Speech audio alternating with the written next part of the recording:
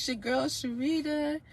Happy Wednesday. Happy Wednesday. Happy Wednesday. I just dropped mine off. I am not even really up yet, okay? I was up late last night. Yeah, you could tell by my voice. And I got my little wrinkled run out the house t-shirt on, but we're going to get it in, all right? I want to talk to y'all about one thing that's a game changer if your child is unfocused. Now, I don't really like us, labeling our children. That's my opinion, all right? Before y'all jump in the comments, start saying whatever. That's my opinion. You're welcome to yours, all right? So what I do is I look at the action and not generalize it. So if your child is unfocused at times, like mine, okay, and she get it from me, all right, there's ways to improve focus. So if your child, you give a direction, you want them to do something, and then when they go, honey, okay, and they talking while they doing it, and they going left when they supposed to be going right. They touching this when they supposed to be focused on this, right? Then you find yourself getting frustrated. Now imagine if they're in a classroom, they doing that same thing. So we have to train them. That's called impulsivity, right? That's what they call impulsivity, when they're impulsive and they're just running without thinking, all right? So a good goal for that is think before you act. Stop and think before you act, which a lot of my students have had as goals in their action plan. But let's talk about in the moment. Now, this week I've been working with Maya, and she has become more unfocused than usual, okay? It's a lot of things going on, and she's become more unfocused. So I found myself having to tell her things over and over again. Now, before I continue, I just want to say, and we have to acknowledge this with our kids, we have to acknowledge their strengths. Maya is very smart. She's above level in reading, reading comprehension, writing, spelling. Her math is really good. I was just saying to my husband, when she does her diagnostic, she's going to score really high in math. She's very, very smart. She's in karate. She just earned her purple belt. She's going for her blue belt.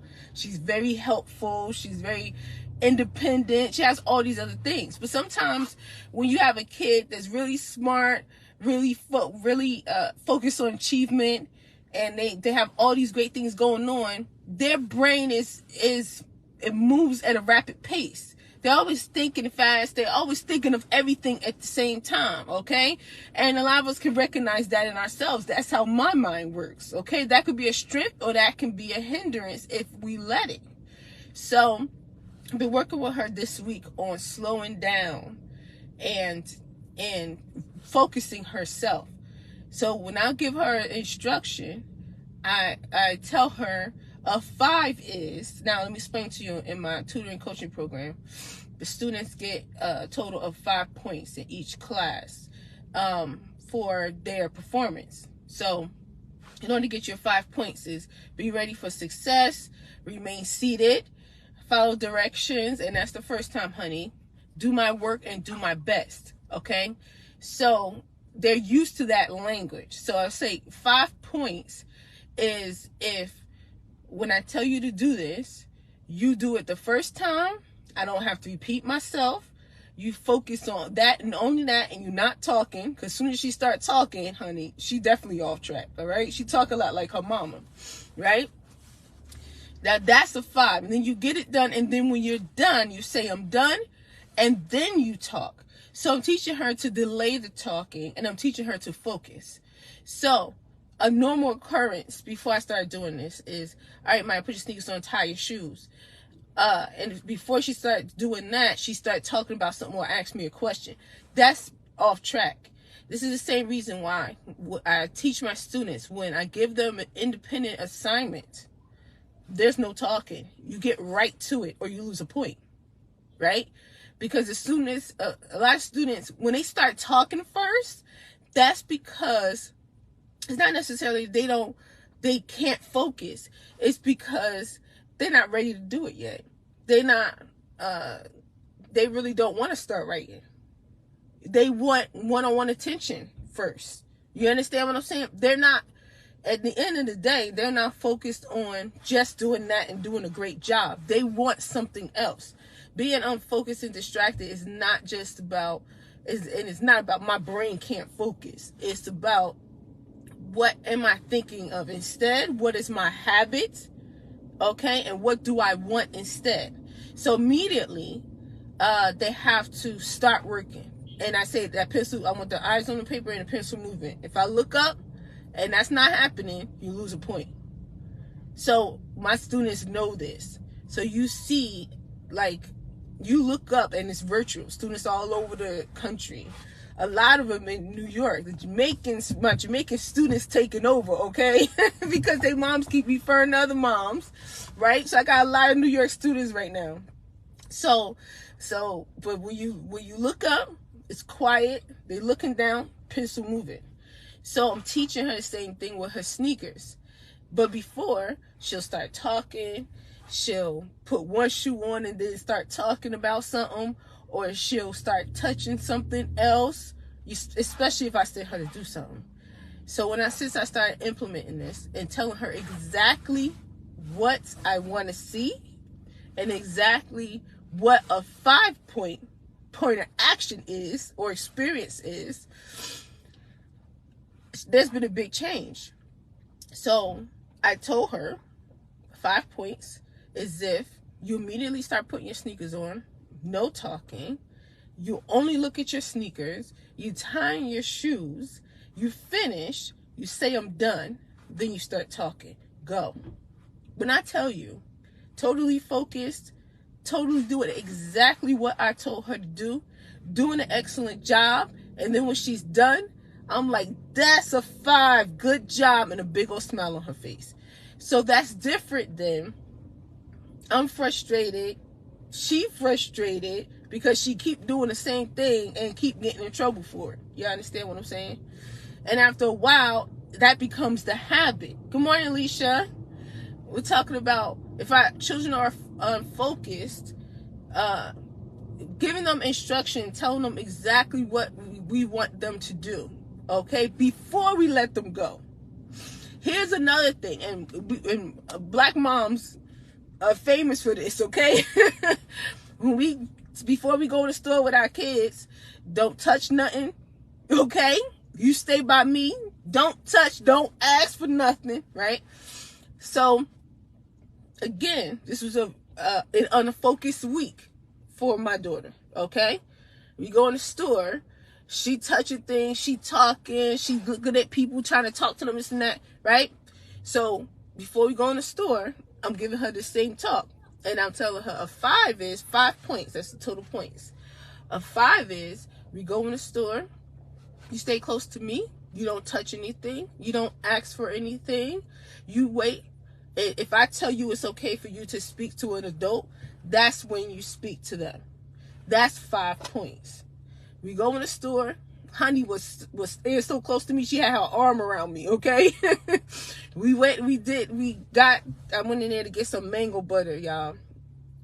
If y'all have never tried mango butter, oh my goodness. I hope your beauty supply store near you carries it, because it's so good for the skin and it smells amazing. When I rub that mango butter on Maya's face before school, I want to take a bite. That's how good it smells, okay? So I was able to grab what I needed. We headed right to the counter. It was much smoother. It was quicker. And then when we finished, I prompted her to say, I said, thank you. And I prompted her to say, thank you and have a good day. And she was able to do that because she loved to talk to everybody. So she got a chance to do that, but it was structured. She did exactly what she needed to do. When we got out the store, I was like, Maya, that's what I'm talking about. Girl, now that's a 5. That's what you do. Oh, man, I'm so proud of you, girl. Man, you do that every time we go. I'll take you everywhere in any store, okay? She was so happy. She was smiling. But I prepped her before. Here's another example. It's time for lunch or dinner, right? Or breakfast at home. And if your child, if Maya is having an unfocused week, will get up out of the seat constantly asking for stuff. She's not eating. She's so busy thinking about what else she could get and asking for this and asking for that. She's not sitting properly. She's got one leg hanging off. She's got one leg bent in the chair. You understand what I'm saying? You know what this leads to. Spilled beverages, okay? Not eating properly or eating enough. All right? Food dropped on the floor. But you know what it also leads to? In school, when it's time to sit down and do work, getting up out of the seat, talking a lot, talking to the kids next to them, not focusing 100% on their assignment, making mistakes. I always link experiences that we have at home with our children to what that might look like in the classroom. See, I was a special education teacher. I was a mental health specialist. Then I was a special education teacher. Before I have a tutoring and coaching business now, but I'm a mom. I've been a mom for 16 years, but I was also a teacher in a classroom, and I see some parallels, y'all. I see some common behaviors. Okay, that's sitting down and focusing and functioning independently and following directions the first time and all this other stuff. These are habits that our kids can show us at home that they have.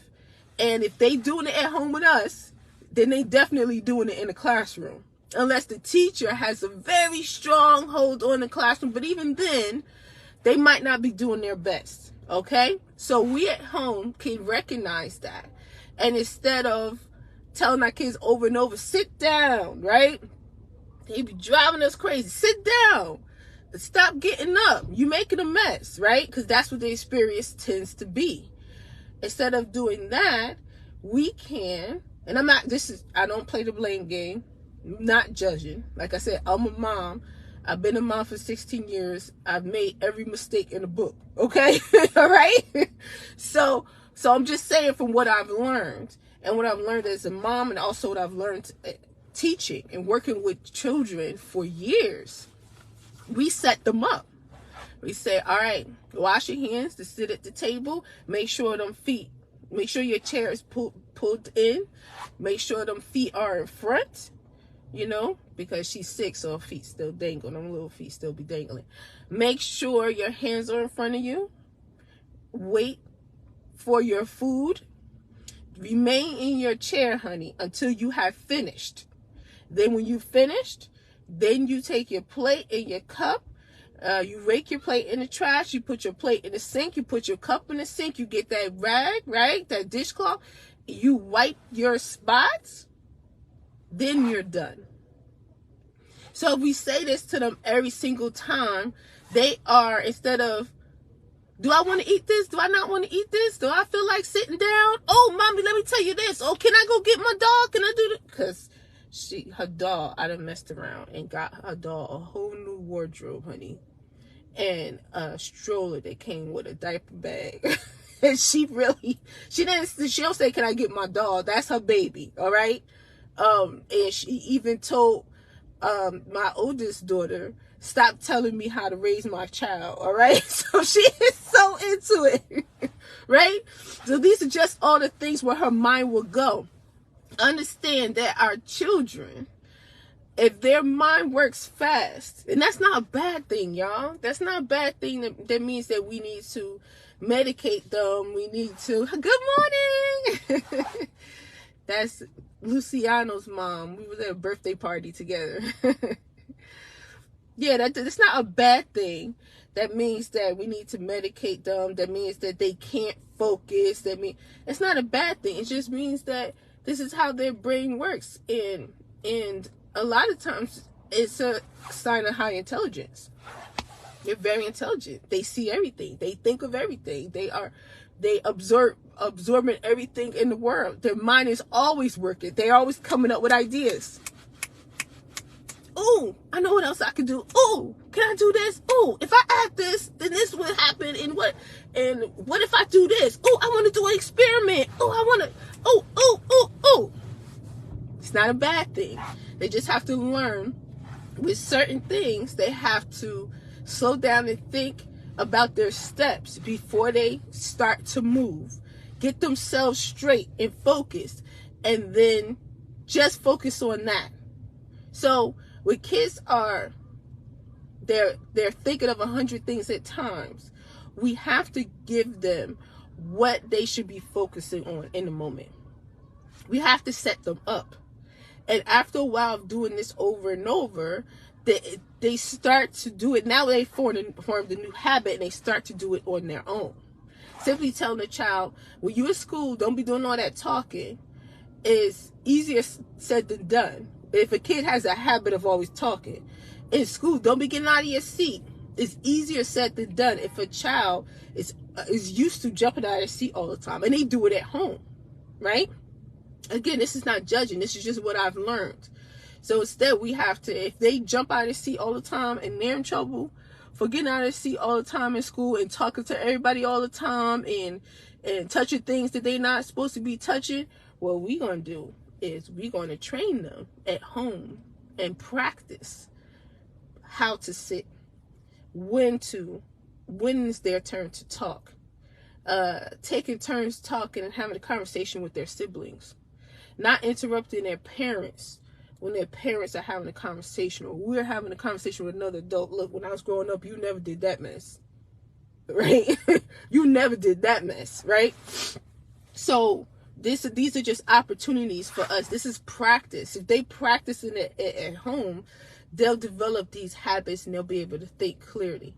I just thought of one of my students that just got promoted to advanced elementary group. I have 2 this week that just got promoted from beginners elementary group to advanced elementary group. So she did very good on her single digit addition. She's in the 1st grade quiz. She got 100. She was able to read a story on the 4th grade level. So I talked to her dad. I'm like, it's time for her to get promoted. Okay, she is ready. He was so happy. All right. Shout out to Deja and her dad, Delence Francois. And shout out to Soraya and her mom, Deja Hogan. Shout out. Okay, y'all doing big things. So I was working with a student last night, and she had to work on multi-step word problems. Okay, I've worked with my students on word problems, and I saw when we were doing it, because when I work with kids on math, they do the problem themselves, and then they explain to me every single step, what they do, how they got their answer, so that I can listen and see how they think about it, and if they are getting it wrong, where they went wrong and why. What are they thinking, right? What is the problem? And I see this is a very smart girl. She want to get the answer quickly. A lot of kids do that with math. So I'm working with her so that she can see everything, slow down and see everything on the page, and talk about everything on the page. Because when we talk about this step, she already want to run to the end. That's how kids were very smart. That's how their brain works fast. They used to get the answer fast, so they already want to get the answer. They already want to be finished because they're already 10 steps ahead. I'm teaching her to slow down, look at every detail, talk about every detail, next step, then next step, then next step, then next step, then pull it all together, okay? That's another example of, and it's not behavior, it's just when kids are very unfocused, when they are having their focus moments, I'm going to say. Look, I talk differently than everybody else. I don't say kids can't focus. I don't say that kids have ADHD. These kids have ADHD, so that's why. Okay, I don't do that. If your child is having an unfocused moment, instead of saying my child can't focus, is how do we get them to focus? How and was I able to get my student last night, who's very intelligent, very successful? As a matter of fact, she's been accepted into the Gifted and Talented program this year. Okay, just an amazing student. Okay, she's been with me since she was 4 years old. Right, a lot of students that I'm talking about, they've been there since they were 4 years old. Okay, how do I get her when I find out what the issue is? It's not that she don't understand if she have to add or subtract. It's not that she can't read the word problem on her own. It's not that she don't understand and can't visualize the story. It's that she's not focused. She didn't slow down and look at everything thoughtfully first and consider it first before she went on to the next thing. So we're customizing this thing. I taught her how to do it step by step. I told her to slow down, and I gave her instructions. And I told her, you're going to do this step. You're going to think about it. You're going to write down what you think you need to do in the next step. Then you're going to talk to me. And that's what I did over and over and over again. So she had to stop. She had to think by herself, come to a conclusion by herself, write down what she thinks needs to be done during this step of the problem by herself. And when she's done all of that, then she tell me, and she had to wait for me to get back to her. Woo! When kids are having trouble focusing, or they want to hurry up and get something done, the last thing they want to do is wait for a parent, wait for a teacher. And they need to learn how to wait for directions. They need to learn how to be patient. They need to learn how to wait, get their focus on their work, get it done, do their best, check their work, then wait patiently until they're called on. But I just did it again. I just told them exactly what they needed to do before they started. When they have to do independent writing, I set a timer for 8 minutes. I say the same thing every single time. And I say this, and then I set the timer so they know it's a no-no for them to write a little bit and then say, I'm finished. Oh, I couldn't stand that. When I was teaching in the classroom, I'm working with a student in the front, one-on-one. Students all over the class. Done. I finished. I did it. Done. Trying to jump out their seat and come see me. Whoa. This is what I want you to do. Okay. Now, it's the start of math. Each of you have your assignment. I'm going to be calling you up one by one to work with you on your math. And until I call you, I want you to be working. I want the pencils moving. When I look up, I want to see your pencils moving. I want you to be working on your problem. I want your eyes on your paper. I want you sitting in your seat. I want your feet in front of you. All right? And when you're done, this is how you show me you're done. You don't call out. You're going to put your notebook or your worksheet, whatever they're doing, top right of your desk. Put your pencil next to it. You're going to fold your hands. When I look up and I'm ready to switch and send one student back and call the next one, I'm going to choose only students who look ready. All right, let's do this. We give all those instructions. We give the expectations. We teach them. We direct them. We guide them on what we need them to do before we make the move, before they make the move. They have a roadmap. They have guidance. They have expectations. They have goals. They are much more focused. How did I get a classroom of students who are in special education, right? For behavior, a lot of them, right? And then they were reading below grade level, and they were struggling academically, and they were used to fighting and getting out of their seat and knocking desks over and running out of the classroom and all that other stuff. How did I get the security coming and pull them out the class? How did I turn that, get them to go from that to everybody is focused, every pencil is moving, they are doing their best, they are waiting to be called, they're being patient, they're following directions, because I gave them directions specifically on what I want them to do, what my expectations were. I gave them goals throughout the day. It's time to use the bathroom. We go into the bathroom. I told them specifically, I'm going to call the row that's ready. This is how you show me you're ready. And then we're going to line up. Now, when we get in the hall, the line leader is going to be in the front, right? Then the line end is going to be in the back. Line ends, end of the line, I forgot what I called it.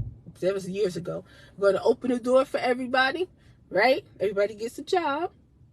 And the only way you can be line leader or be at the end is if you walk good in line. You see?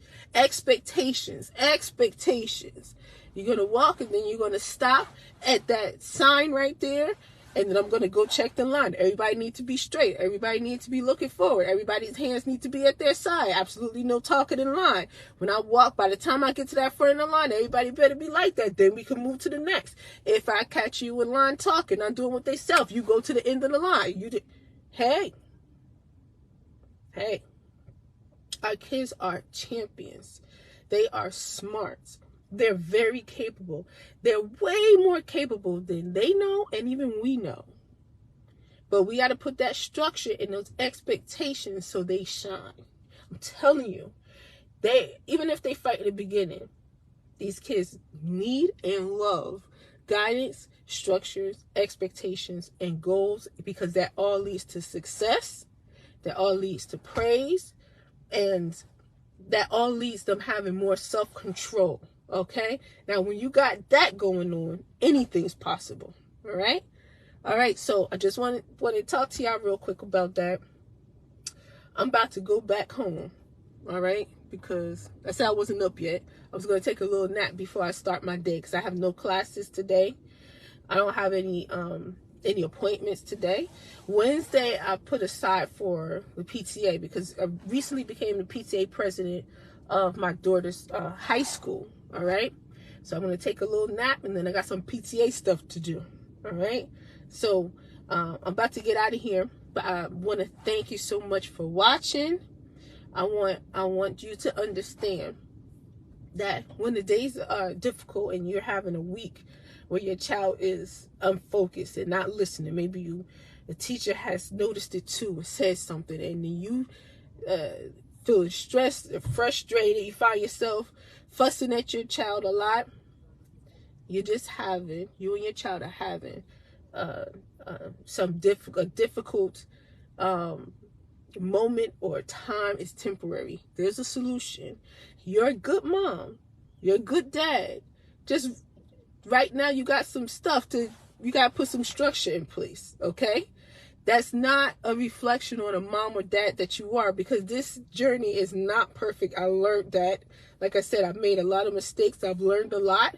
And every day, even after all my years of experience as a mom, working with kids with behavior challenges, working with kids who are struggling academically and just start to improve academically, right? Of all my years, I'm still every day learning. I'm still every day figuring things out. I'm still every day like, okay, I need to make an adjustment. All right, this is not going right. Let me see what I need to do. I don't know if that was the best thing to do. Let me try this instead, okay? Every single day. I love this mom journey that I'm on. I love being a mom. Maya asked me that the other day. Do you like being a mom? I love being a mom. Oh my gosh. It's the toughest job, but also the most rewarding job. All right? So you're a good mom. All right? You're a good mom. You're a good dad. Just need to make some adjustments and keep going on this journey. I got your back. All right? Love y'all so much. Believe in yourself. Believe in your child, honey. And always remember that growth is unlimited. Peace.